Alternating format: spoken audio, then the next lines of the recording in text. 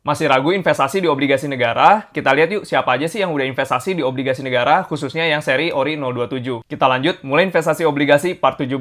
Saya Randy dari Aku Frugal, di sini saya akan membantu kamu berinvestasi di obligasi. Jangan lupa follow dulu. Penjualan obligasi negara yang seri ORI 027 udah ditutup ya, dan total penjualannya itu tembus sampai 37,35 triliun. Dari jumlah besaran tadi, kalau dipecah, bisa kita lihat jumlah dana yang diinvestasikan dengan tenor 3 tahun itu 32,97 triliun.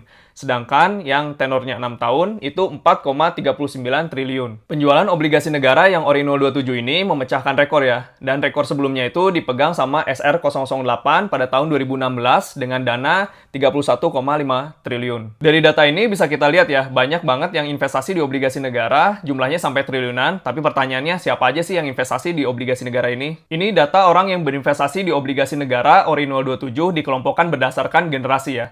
Jadi bisa kita lihat peringkat pertama ada di generasi milenial, terus di peringkat keduanya adalah generasi X. Dan untuk generasi Z itu ada di peringkat keempat, dan ini wajar ya, karena biasanya pada generasi Z itu pada fase ini adalah investasi-investasi yang agresif, sedangkan untuk yang konservatif seperti obligasi biasanya porsinya lebih kecil. Untuk penjelasan lebih detailnya nanti saya akan bahas di part terpisah tentang alokasi aset. Kalau dikelompokkan berdasarkan profesinya, bisa kita lihat ya, jumlah yang paling banyak itu adalah pegawai swasta, berikutnya adalah wira swasta, terus pelajar dan mahasiswa, terus berikutnya adalah ibu rumah tangga. Dari data ini ada yang menarik buat saya ya, yaitu data pegawai BUMN itu cuma 3,1%.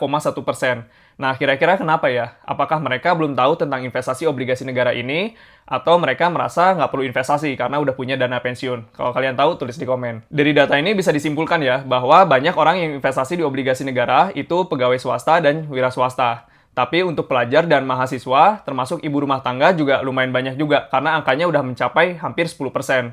Jadi kalau kalian yang masih ragu investasi obligasi negara, kalian coba lihat ini deh.